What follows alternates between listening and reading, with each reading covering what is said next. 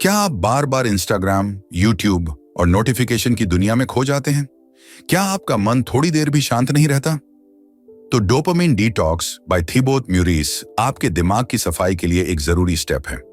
यह किताब सिखाती है कि कैसे आप अपने मस्तिष्क को ओवर स्टिम्युलेशन से बचाकर ध्यान, उत्पादकता और शांति को वापस पा सकते हैं। आइए अपने असली फोकस की वापसी करें A2 ऑडियो बुक के साथ। आज की दुनिया में हम सबके सामने एक बहुत बड़ा और छुपा हुआ खतरा है, ओवर स्टिम्युलेशन। मतलब ये कि हमारे दिमाग पर हर वक्त इतना ज्यादा इंफॉर्मेशन, एंटरटेनमेंट और डिस्ट्रैक्शंस का हमला होता है कि हम ठीक से सोच भी नहीं पाते। शायद तुम्हें पता भी नहीं चलता, लेकिन जब तुम सुबह उठते ही फोन उठाकर व्हाट्सएप, इंस्टाग्राम या यूट्यूब खोलते हो तो वहीं से ये ओवर स्टिम्युलेशन शुरू हो जाती है। थिबो म्यूरिस अपने किताब में बताते हैं कि कैसे हमारा दिमाग हर पल डोपामिन ट्रिगरिंग चीजों से घिरा हुआ है। डोपामिन एक ऐसा केमिकल है जो हमें फील गुड कराता है, लेकिन ये ज्यादा हो जाए तो दिमाग को नुकसान पहुंचाता है। जैसे तुम्हें जब कोई नोटिफिकेशन आता है या तुम्हारा फेवरेट यूट्यूबर नया वीडियो अपलोड करता है तो तुम्हें एक छोटी सी खुशी मिलती है। यही डोपामिन का असर है। लेकिन ये बार बार हो तो दिमाग को आदत लग जाती है ईजी और क्विक प्लेजर की। और फिर जब कोई काम ऐसा आता है जिसमें मेहनत लगे, जैसे पढ़ाई, कोई प्रोजेक्ट या कोई सीरियस काम, तो दिमाग उस तरफ ध्यान ही नहीं देना चाहता। एक छोटा सा रियल लाइफ एग्जांपल लो। मान लो तुम्हारा नाम रोहित है। रोहित एक कॉलेज स्टूडेंट है। सुबह उठते ही उसका हाथ सबसे पहले फोन की तरफ जाता है। वो थोड़ी देर इंस्टाग्राम स्क्रॉल करता है, फिर एक रील से दूसरी रील, फिर व्हाट्सएप पर मैसेज चेक करता है, फिर यूट्यूब पर 5 मिनट क्राफ्ट टाइप वीडियो लगाता है। उसका प्लान था कि सुबह 9 बजे से पढ़ाई शुरू करेगा, क्योंकि अगले हफ्ते एग्जाम है। लेकिन जब तक वो ये सब करता है 10 बज जाते हैं। फिर वो सोचता है कि चलो पहले कुछ खा लेता हूँ, फिर पढ़ाई करूंगा। खाना खाते खाते नेटफ्लिक्स खोल लेता है और एक एपिसोड देखने लगता है, और पता ही नहीं चलता कब 2 एपिसोड खत्म हो गए। फिर गिल्ट फील करता है, लेकिन फिर भी पढ़ाई में मन नहीं लगता। अब ये सिर्फ रोहित की कहानी नहीं है, ये हम सबके साथ होता है। हम हर वक्त इतना स्टिम्युलेशन ले चुके होते हैं कि हमारा दिमाग कुछ बोरिंग या हार्ड करने को रेडी ही नहीं होता। कोई भी काम जिसमें थोड़ा भी पेशेंस, फोकस या अटेंशन चाहिए, वो करना मुश्किल लगने लगता है। असल में हमारे दिमाग को एक तरह की एडिक्शन लग जाती है इंस्टेंट रिवॉर्ड की। वो रिवॉर्ड जो नोटिफिकेशन से, सोशल मीडिया लाइक्स से, रील्स से या चॉकलेट खाने से मिलता है। ये चीजें हमारे अटेंशन स्पैन को छोटा कर देती हैं। पहले हम 1 घंटा भी कंसंट्रेशन से पढ़ सकते थे, अब 10 मिनट में ही फोन की याद आने लगती है। और इसी वजह से मोटिवेशन भी खत्म होता है, क्योंकि दिमाग को अब आदत हो गई है इजी चीजों की। अब अगर कोई चीज हार्ड लगे तो दिमाग कहता है क्यों मेहनत करें, चलो कुछ और देख लेते हैं। इससे न केवल प्रोडक्टिविटी पर असर पड़ता है, बल्कि कॉन्फिडेंस भी धीरे धीरे कम होने लगता है। इमेजिन करो कि तुमने कभी गिटार सीखना शुरू किया था। पहले दिन बहुत अच्छा लगा, कुछ कॉर्ड सीखे। दूसरे दिन थोड़ा मुश्किल लगा, फिंगर्स दर्द करने लगे। फिर तुम्हें याद आया कि नेटफ्लिक्स पर तुम्हारा फेवरेट शो का नया सीजन आ गया है। तुमने सोचा चलो एक एपिसोड देखकर गिटार प्रैक्टिस करेंगे।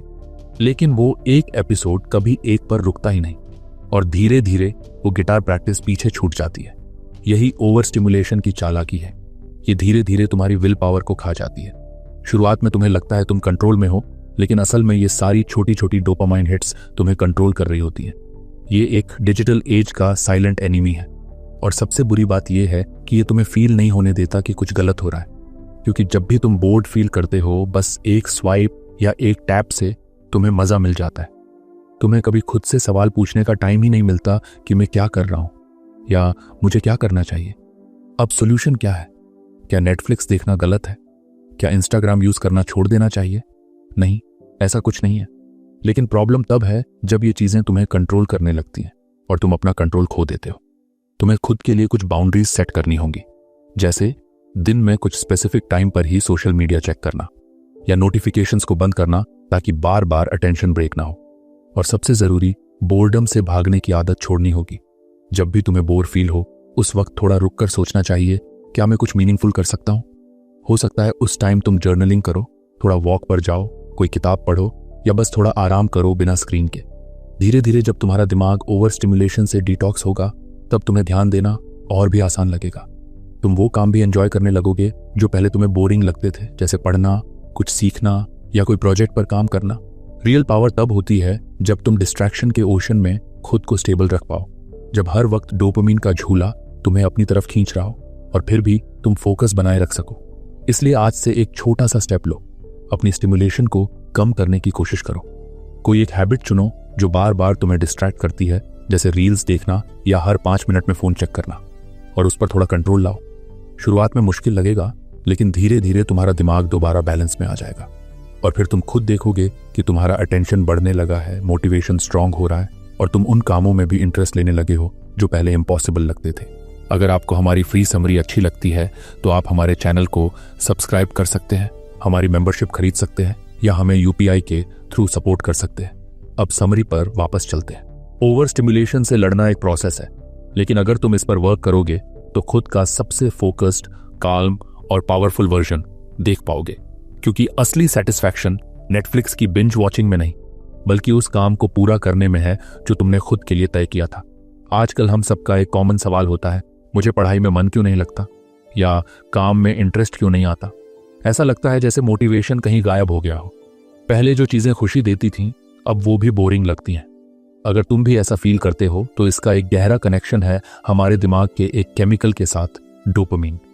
बहुत लोग सोचते हैं कि डोपामीन सिर्फ प्लेजर या खुशी से जुड़ा होता है, लेकिन थिबो म्यूरिस अपने किताब में साफ साफ बताते हैं कि डोपामीन एक्चुअली मोटिवेशन से जुड़ा होता है, न कि सिर्फ प्लेजर से। जब तुम्हें किसी चीज की तरफ खिंचाव महसूस होता है, जैसे कुछ एक्साइटिंग देखने का मन करे या कोई काम करने की स्ट्रांग अर्ज आए, तो ये सब डोपामीन की वजह से होता है। अब सोचो, जब भी तुम कोई टेस्टी फूड देखते हो या तुम्हें कोई नया नोटिफिकेशन आता है या तुम इंस्टाग्राम स्क्रॉल करते हुए किसी वायरल रील पर अटक जाते हो, उस वक्त तुम्हारा दिमाग डोपामीन रिलीज करता है। ये तुम्हें सिग्नल देता है कि यस, ये चीज मजेदार है और इससे रिवॉर्ड मिलेगा, इसलिए तुम उसे बार बार करना चाहते हो। यही डोपामीन का रोल है, तुम्हें रिवॉर्ड पाने की तरफ पुश करना। अब इमेजिन करो कि तुम रोज सुबह उठते ही फोन उठाते हो और एक एक करके व्हाट्सएप, इंस्टाग्राम, यूट्यूब, स्नैपचैट सब चेक करते हो। हर प्लेटफॉर्म तुम्हें एक नया डोपामीन हिट देता है। तुम एक रील देखते हो, डोपामाइन मिलता है, अगली रील देखो, फिर डोपामाइन, और ये साइकिल बिना रुके चलती रहती है। तुम्हारा दिमाग इतनी बार डोपामाइन रिलीज करता है कि उसे अब हाई लेवल स्टिमुलेशन की आदत पड़ जाती है।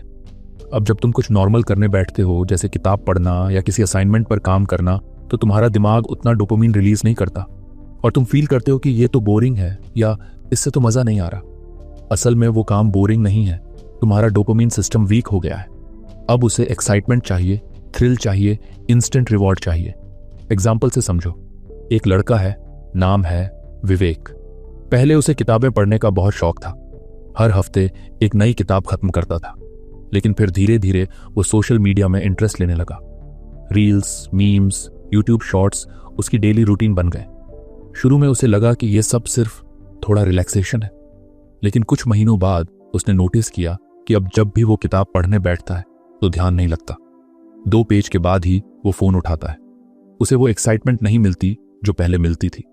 असल में हुआ ये कि उसके डोपामीन रिसेप्टर्स को इतनी बार और इतनी तेज स्टिमुलेशन मिली कि अब सिंपल चीजों से डोपामीन रिलीज ही नहीं होता। इसलिए पढ़ाई, रीडिंग या कोई भी लॉन्ग टर्म गोल वाला काम उसे खुशी नहीं देता, और जब कोई चीज खुशी नहीं देती तो नेचुरली मोटिवेशन भी गायब हो जाता है।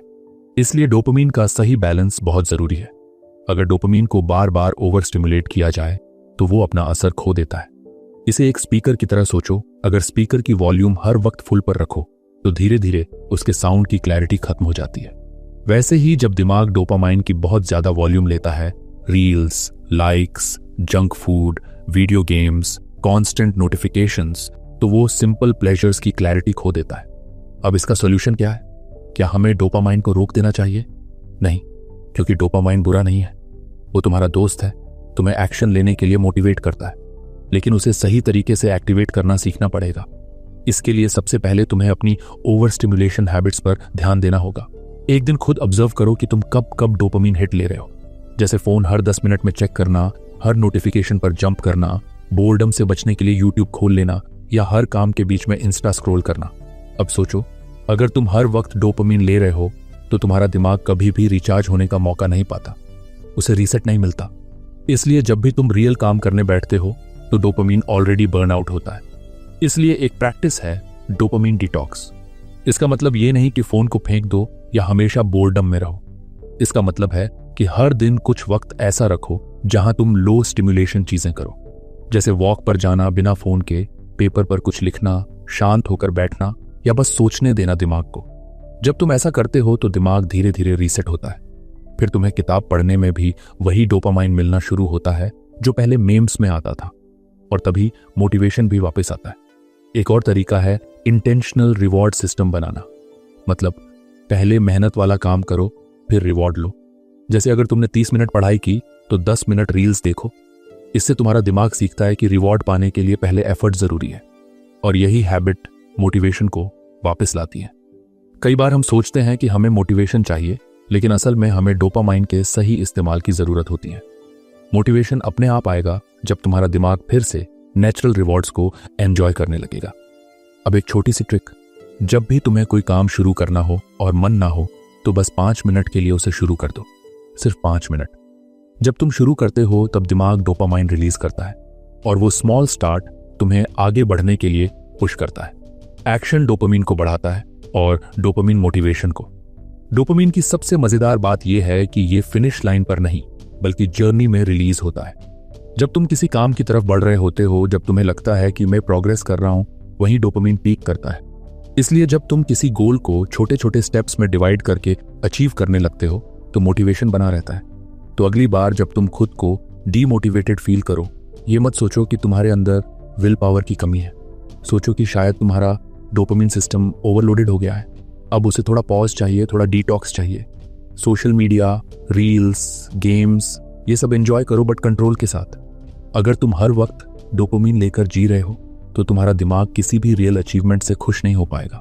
लेकिन अगर तुम डोपामिन को वाइजली यूज करोगे तो तुम छोटी छोटी चीजों में भी खुशी महसूस करोगे, जैसे किसी कॉन्सेप्ट को समझ लेना, कोई टास्क पूरा करना या किसी चीज पर जेन्युइनली फोकस कर पाना। डोपामिन कोई विलन नहीं है, वो तुम्हारा इंटरनल गाइड है जो तुम्हें रिवॉर्ड की तरफ ले जाता है। बस डायरेक्शन तुम्हें तय करनी है, इंस्टेंट प्लेजर की तरफ या मीनिंगफुल सेटिस्फैक्शन की तरफ। ये चॉइस हर दिन तुम्हारे हाथ में है। सोचो एक ऐसा दिन जब तुम सुबह उठते ही फोन नहीं उठाते, कोई नोटिफिकेशन चेक नहीं करते, ना इंस्टाग्राम स्क्रॉल करते हो, ना ही यूट्यूब खोलते हो, कोई शुगर वाला स्नैक नहीं खाते, ना ही कोई सीरीज बिंज वॉच करते हो। बस तुम हो और तुम्हारे थॉट्स। सुनने में थोड़ा बोरिंग लगता है ना, लेकिन यही बोरिंग चीज एक पावरफुल टेक्निक हो सकती है तुम्हारे दिमाग को रीसेट करने के लिए, जिसे कहते हैं डोपामिन डिटॉक्स। डोपामिन डिटॉक्स का मतलब है एक फिक्स्ड टाइम पीरियड तक खुद को उन सभी चीजों से दूर रखना जो तुम्हें बार बार क्विक डोपामिन हिट्स देती हैं। मतलब ऐसी एक्टिविटीज जो तुम्हें तुरंत रिवॉर्ड देती हैं बिना ज्यादा एफर्ट के, जैसे social media, fast food, gaming, binge watching, internet surfing, even random chatting.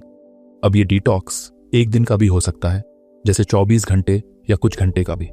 कुछ लोग इसे एक पूरे हफ्ते के लिए करते हैं, लेकिन बिगिनर्स के लिए 24 घंटे का डोपामिन डिटॉक्स एक अच्छा स्टार्ट होता है। अब ये जरूरी क्यों है? क्योंकि आजकल हम सबका दिमाग ओवर स्टिमुलेटेड है। हर 5 मिनट में कोई नया मैसेज, कोई मीम, कोई रील, कोई नोटिफिकेशन हमारे दिमाग को स्टिमुलेट कर रहा होता है। इस स्टिमुलेशन से हमारा ब्रेन बार बार डोपामिन रिलीज करता है, और प्रॉब्लम तब होती है जब ये इतना कॉमन हो जाता है कि नॉर्मल रियल लाइफ चीजें हमें डल लगने लगती हैं, जैसे कि पढ़ाई करना, किसी टॉपिक पर ध्यान लगाना, किताब पढ़ना या किसी पर मीनिंगफुल कॉन्वर्सेशन करना। ये सब हमें हार्ड लगता है क्योंकि इसमें डोपामिन इंस्टेंट नहीं मिलता। जबकि एक फनी रील देखते ही दिमाग कहता है यस, मजा आ गया, और दिखाओ। और फिर तुम एक रील से दूसरी, तीसरी, 10वीं तक चले जाते हो। डोपामिन डिटॉक्स का काम है तुम्हारे रिवॉर्ड सिस्टम को वापस बैलेंस में लाना। जब तुम कुछ वक्त तक डोपामाइन ट्रिगर से दूर रहते हो तो तुम्हारा दिमाग नेचुरली लो स्टिम्युलेशन चीजों को अप्रिशिएट करने लगता है, जैसे वॉक पर जाना, सोच में खो जाना, जर्नलिंग करना, किसी पुरानी किताब को पढ़ना या बस बैठकर खुद से बातें करना। एग्जाम्पल से समझो, एक लड़की है, नाम है रिया। उसे हर वक्त फोन चाहिए होता था। सुबह उठते ही व्हाट्सएप, फिर इंस्टाग्राम, फिर ब्रेकफास्ट करते हुए नेटफ्लिक्स। दिन भर माइंडलेस स्क्रोलिंग और खाने के साथ शुगरी स्नैक्स। लेकिन धीरे धीरे उसे एंग्जाइटी महसूस होने लगी। हर चीज से जल्दी बोर हो जाती थी, कंसंट्रेशन जीरो। फिर उसने एक वीडियो में डोपामिन डिटॉक्स के बारे में सुना और एक संडे को डिसाइड किया कि वो डिटॉक्स करेगी। उसने अपने फोन एयरप्लेन मोड पर डाला, सारे डिस्ट्रैक्शंस हटाए और सिर्फ बेसिक चीजें की। सुबह सनराइज देखा, डायरी में कुछ लिखा, 2 घंटे एक पुरानी किताब पढ़ी जो उसने स्कूल के बाद कभी नहीं छुई थी, और शाम को अकेले वॉक पर गई। उस दिन उसे बहुत कुछ फील हुआ जो वो लंबे वक्त से मिस कर रही थी, शांति, क्लैरिटी और एक हल्का सा मेंटल फ्रेशनेस। अगले दिन जब उसने वापस फोन यूज किया तो स्क्रोलिंग का वो जुनून थोड़ा कम हो गया था। डोपामिन डिटॉक्स का सबसे बड़ा फायदा यही है कि ये तुम्हारे दिमाग को रीसेट करता है। तुम फिर से अपने रियल गोल्स, जेन्युइन इंटरेस्ट्स और मीनिंगफुल टास्क्स की तरफ नेचुरली अट्रैक्ट होने लगते हो। अब सवाल आता है, क्या डिटॉक्स करने का मतलब है कि हमें सारी चीजें छोड़ देनी है? जवाब है नहीं। डिटॉक्स परमानेंट चीज नहीं है, ये एक टेम्पररी पॉज है ताकि तुम्हारा दिमाग रिचार्ज हो सके। जैसे जिम के बाद मसल रिकवरी होती है, वैसे ही डोपामिन डिटॉक्स तुम्हारे ब्रेन की रिकवरी है। कई बार लोग सोचते हैं कि ये सिर्फ फोन या सोशल मीडिया छोड़ने का नाम है, लेकिन असल में ये एक लाइफस्टाइल पॉज है। इसमें तुम खुद से कनेक्ट होते हो। एक डोपामिन डिटॉक्स दिन कुछ ऐसा दिख सकता है। सुबह बिना अलार्म के उठना, कोई स्क्रीन ना देखना, कम से कम दोपहर तक ब्रेकफास्ट में सिंपल फूड खाना, कोई शुगर नहीं।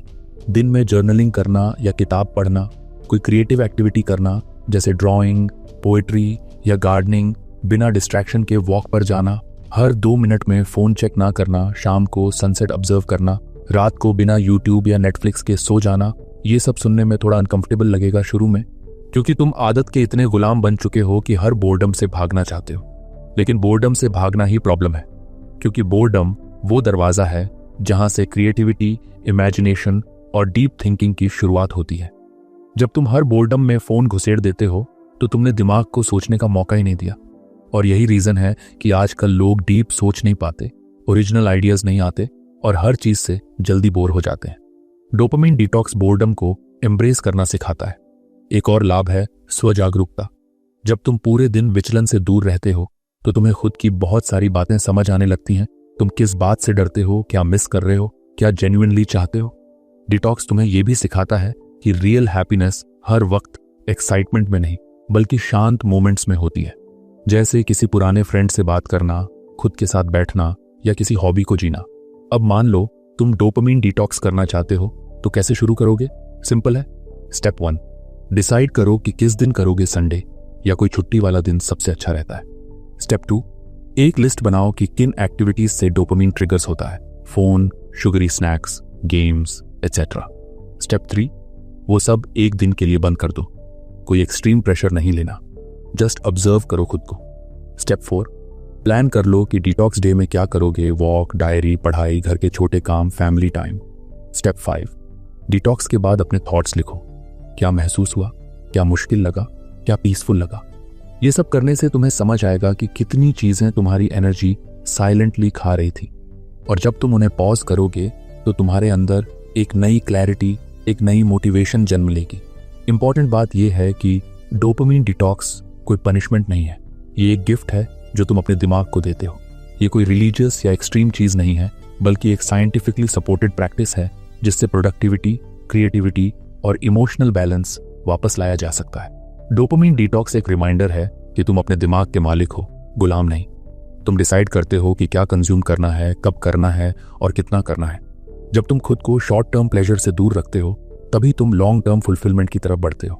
एक दिन का डिटॉक्स शायद तुम्हारी लाइफ ना बदले, लेकिन ये तुम्हें वो दरवाजा दिखा सकता है जहां से सही बदलाव शुरू होता है। और जब तुम बार बार उस दरवाजे से गुजरोगे तो तुम्हें वो खुद नजर आने लगेगा जो आजकल सबसे रेयर है, एक शांत, मोटिवेटेड और अवेयर माइंड। तो कभी कभी पॉज लेना जरूरी होता है ताकि फिर से सही दिशा में चल सको। यही है डोपामिन डिटॉक्स का असली मतलब। सोचो, तुम्हारा दिमाग एक छोटा बच्चा है जिसे शाइनी टॉयज बहुत पसंद है। हर बार जब उसे कोई ब्राइट, लाउड या टेस्टी चीज मिलती है, वो खुश हो जाता है और बार बार वही चीज मांगता है। यही हाल हमारा आज का माइंड है।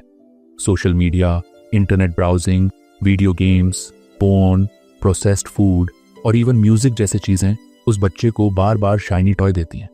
लेकिन प्रॉब्लम यह है कि ये टॉयज टेम्पोरेरी फन देते हैं और धीरे धीरे उस बच्चे को, यानी हमारे दिमाग को, बाकी सब चीजें बोरिंग लगने लगती हैं। अब डोपामिन डिटॉक्स के प्रोसेस में सबसे जरूरी स्टेप है इन हाई डोपामिन ट्रिगरिंग एक्टिविटीज से दूरी बनाना। ये एक्टिविटीज हमारे अटेंशन और रिवॉर्ड सिस्टम को इस तरह हाईजैक कर लेती हैं कि हम नॉर्मल, प्रोडक्टिव और फुलफिलिंग चीजों को एंजॉय ही नहीं कर पाते। सबसे पहले बात करते हैं सोशल मीडिया की। इंस्टाग्राम, फेसबुक, टिकटॉक, यूट्यूब, ये प्लेटफॉर्म्स इस तरह डिजाइन किए गए हैं कि हर स्वाइप, हर स्क्रोल हर लाइक, कमेंट और नोटिफिकेशन तुम्हें एक छोटा सा डोपामिन हिट देता है। तुम सोचते हो कि बस 2 मिनट देखूंगा, लेकिन 1 घंटे तक स्क्रॉल करते रहते हो। तुम्हारा ब्रेन इन क्विक रिवॉर्ड्स का इतना आदी हो जाता है कि जब तुम रियल लाइफ में किसी किताब को खोलते हो या किसी काम पर फोकस करने की कोशिश करते हो तो बोर्डम अटैक करता है। इंटरनेट ब्राउजिंग भी यही करता है। जब तुम रैंडमली किसी टॉपिक पर सर्च करने लगते हो, फिर एक लिंक से दूसरे पर जाते हो और खुद नहीं जानते कि तुम क्या ढूंढ रहे हो, ये सब तुम्हारे ब्रेन को स्टिमुलेशन देता है, पर कोई रियल वैल्यू नहीं। और फिर जब कोई मीनिंगफुल टास्क सामने आता है तो दिमाग उसे अवॉइड करने लगता है, क्योंकि उसमें वो इंस्टेंट मजा नहीं मिलता। वीडियो गेम्स को आज सिर्फ फन की चीज मान लेना गलत होगा। आज के गेम्स इतने ज्यादा इंटरेक्टिव, कलरफुल और रिवॉर्डिंग हो गए हैं कि वो रियल वर्ल्ड अचीवमेंट्स से भी ज्यादा सेटिस्फाइंग लगते हैं। हर लेवल कंप्लीट करने पर तुम्हारा दिमाग डोपामाइन रिलीज करता है और तुम बार बार प्ले करना चाहते हो, लेकिन ये एडिक्शन की तरह बन जाता है। Short term excitement, long term emptiness. Pornography एक और ऐसा एलिमेंट है जो डोपामाइन सर्किट को हार्ड वायर कर देता है। ये तुम्हें अनरियलिस्टिकली हाई स्टिमुलेशन देता है और तुम्हारे ब्रेन को नेचुरल ह्यूमन कनेक्शन या इंटीमेसी से दूर कर देता है। ओवर टाइम ये ना सिर्फ अटेंशन स्पैन को कम करता है, बल्कि इमोशनल डिस्कनेक्ट भी पैदा करता है। प्रोसेस्ड फूड यानी chips, pastries, chocolates, soft drinks, ये सब टेस्ट के जरिए डोपामाइन का बड़ा किक देते हैं। जब भी तुम स्ट्रेस्ड होते हो, बोर्ड होते हो या बस कंफर्ट चाहिए होता है, तो दिमाग कहता है कुछ मीठा या सॉल्टी खा लो। लेकिन ये फूड ना सिर्फ हेल्थ के लिए हार्मफुल है, बल्कि ब्रेन केमिस्ट्री को भी डिस्टर्ब करता है। तुम जितना ज्यादा शुगरी या फैटी चीजें कंज्यूम करते हो, तुम्हें उतना ही नॉर्मल सिंपल खाना बोरिंग लगने लगता है। म्यूजिक के बारे में सुनकर शायद तुम सरप्राइज हो, लेकिन हाँ, एक्सेसिव म्यूजिक भी एक डोपामाइन ट्रिगर है। स्पेशली जब तुम हर काम में ईयरफोन्स लगा लेते हो, रीडिंग करते वक्त, वॉक करते वक्त, इवन बाथरूम में भी, तो तुम्हारा ब्रेन साइलेंस को टॉलरेट करना भूल जाता है। फिर जब कभी तुम म्यूजिक के बिना बैठते हो तो तुम्हें एंग्जाइटी होने लगती है, जबकि साइलेंस बहुत जरूरी होता है क्लैरिटी और सेल्फ रिफ्लेक्शन के लिए। अब इन सब एक्टिविटीज को अवॉइड करने का मतलब ये नहीं कि ये सारी चीजें हमेशा के लिए गलत हैं। प्रॉब्लम तब होती है जब इनका कंजम्पशन कंपल्सिव बन जाता है, जब तुम कंट्रोल खो देते हो और ये तुम्हारी नेचुरल मोटिवेशन और फोकस को खत्म कर देती है। मान लो एक लड़का है, नाम है राहुल। राहुल हर रोज ऑफिस से आते ही सबसे पहले यूट्यूब खोलता है, फिर डिनर करते हुए इंस्टाग्राम रील्स देखता है और रात को बेड पर गेम या कोई अडल्ट कंटेंट देखे बिना उसे नींद नहीं आती। वो मानता है कि ये सब उसे रिलैक्स करता है, लेकिन असल में वो हर अनकंफर्टेबल फीलिंग से भाग रहा होता है और धीरे धीरे उसका माइंड इस स्टिमुलेशन का आदी हो चुका होता है। अब अगर वो एक दिन कोई रियल काम करने की कोशिश करता है, जैसे कोई नया स्किल सीखना या कोई प्रोजेक्ट पर ध्यान देना, तो उसका मन नहीं लगता और वो जल्दी ही बोर्डम महसूस करने लगता है। अब सोचो, अगर राहुल ने एक दिन के लिए इन सब एक्टिविटीज को बंद कर दिया, कोई स्क्रीन नहीं, कोई जंक फूड नहीं, कोई म्यूजिक नहीं। शुरू में उसे इरिटेशन महसूस होगा, रेस्टलेसनेस होगी, लेकिन कुछ घंटों बाद उसका माइंड नेचुरली सेटल होने लगेगा। उसे खुद से जुड़ने का मौका मिलेगा। वो छोटी छोटी चीजों में भी कंफर्ट महसूस करने लगेगा, जैसे खिड़की से बाहर देखना, डायरी में कुछ लिखना या बस बिना डिस्ट्रैक्शन के बैठना। जब तुम इन हाई डोपामाइन एक्टिविटीज को अवॉइड करते हो तो धीरे धीरे तुम्हारा ब्रेन रीसेट होता है।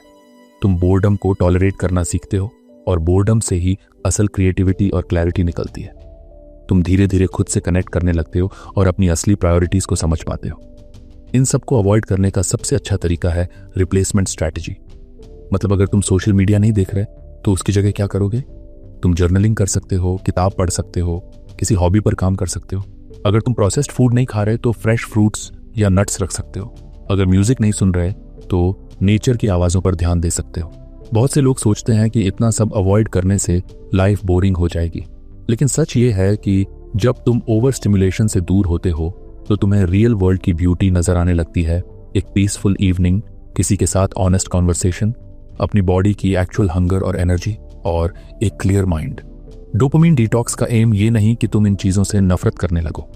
इसका एम ये है कि तुम इन चीज़ों पर कंट्रोल हासिल कर सको, ताकि जब तुम इनका यूज़ करो तो वो कॉन्शियस हो, कंपल्सिव नहीं। जैसे एक चॉकलेट कभी कभी खाने में कोई बुराई नहीं, लेकिन हर बार स्ट्रेस होते ही 4 चॉकलेट खा जाना अनहेल्थी है। वैसे ही एक मूवी देखना ठीक है, लेकिन हर खाली वक्त में बिंज वॉचिंग कर लेना तुम्हारे माइंड को वीक बना देता है।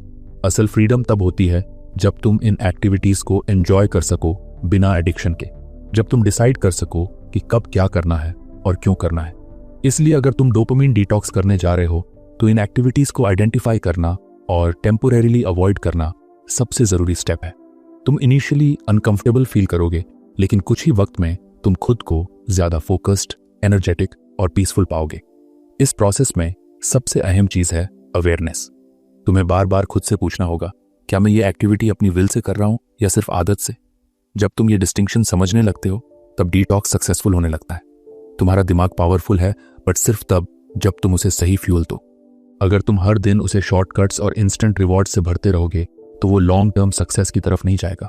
लेकिन अगर तुम थोड़ी देर के लिए इन टेम्पोररी प्लेजर्स से दूरी बना सको, तो तुम्हें वो स्ट्रेंथ मिलेगी जो आज की डिजिटल वर्ल्ड में रेयर है, डिसिप्लिन, पेशेंस और क्लैरिटी। यही है डोपामिन डिटॉक्स का असली पर्पस, ताकि तुम डिस्ट्रैक्शन से निकलकर डायरेक्शन में आ सको। जब भी हम डोपामिन डिटॉक्स की बात करते हैं, तो सबसे पहले दिमाग में यही आता है।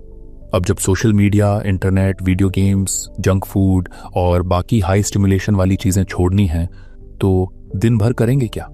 क्या बस बैठकर टाइम काटना है? और यहीं पर जरूरत होती है ऑल्टरनेटिव एक्टिविटीज की, यानी ऐसी चीजें जो लो स्टिमुलेशन देती हैं, लेकिन हमारे दिमाग को रीसेट करने में मदद करती हैं। अब यहाँ एक बात समझना जरूरी है, लो स्टिमुलेशन का मतलब बोरिंग नहीं है। इसका मतलब है कि वो एक्टिविटीज जो हमारे दिमाग को ओवर एक्साइट नहीं करती, लेकिन फिर भी वैल्यूएबल होती हैं।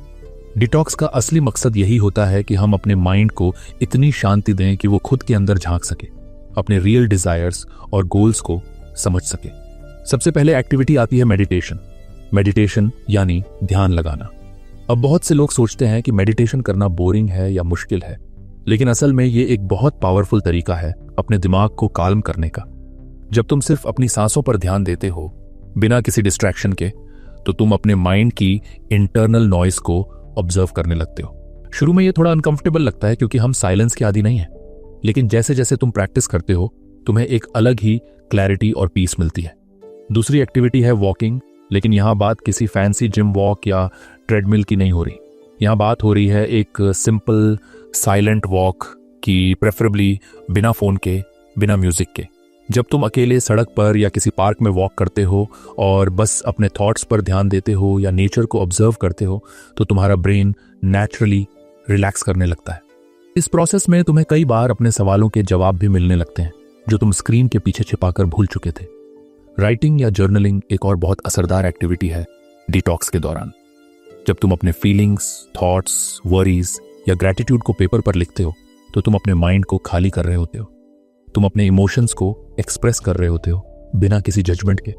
कई बार जब हम लिखते हैं, तब हमें पता चलता है कि हम अंदर से क्या फील कर रहे हैं, और ये अंडरस्टैंडिंग हमें आगे बढ़ने में मदद करती है। अब आती है एक सबसे अंडररेटेड एक्टिविटी, कुछ ना करना। हाँ, तुमने सही पढ़ा, बस चुपचाप बैठना, बिना फोन उठाए, बिना किसी टास्क के। ये आज के टाइम में सबसे डिफिकल्ट चीज लगती है, क्योंकि हमारा माइंड हर सेकंड कोई ना कोई स्टिमुलेशन चाहता है। लेकिन जब तुम खुद को अलाउ करते हो कुछ ना करने के लिए, तो तुम बोर्डम को फेस करना सीखते हो, और यहीं से शुरुआत होती है डीप क्रिएटिविटी की। बहुत से बड़े आइडियाज लोगों को तब आए जब वो कुछ नहीं कर रहे थे, आइंस्टाइन ट्रेन में सोचते थे, न्यूटन गार्डन में बैठे थे। डिटॉक्स के दौरान तुम कुछ और चीजें भी कर सकते हो, जैसे किताब पढ़ना।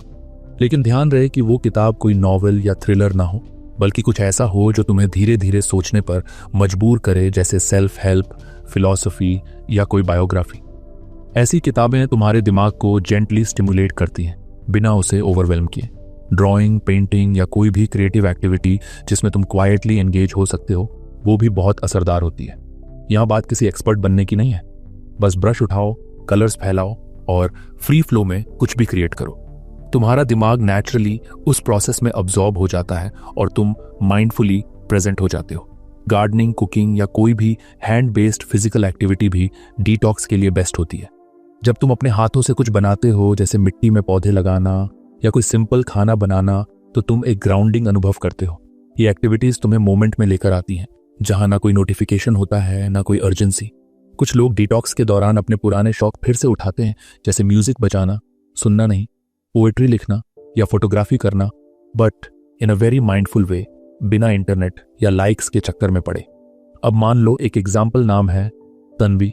तन्वी हर दिन काम से थक कर नेटफ्लिक्स ऑन करती थी, फिर इंस्टाग्राम स्क्रॉल करती थी और लेट नाइट तक यूट्यूब देखती थी।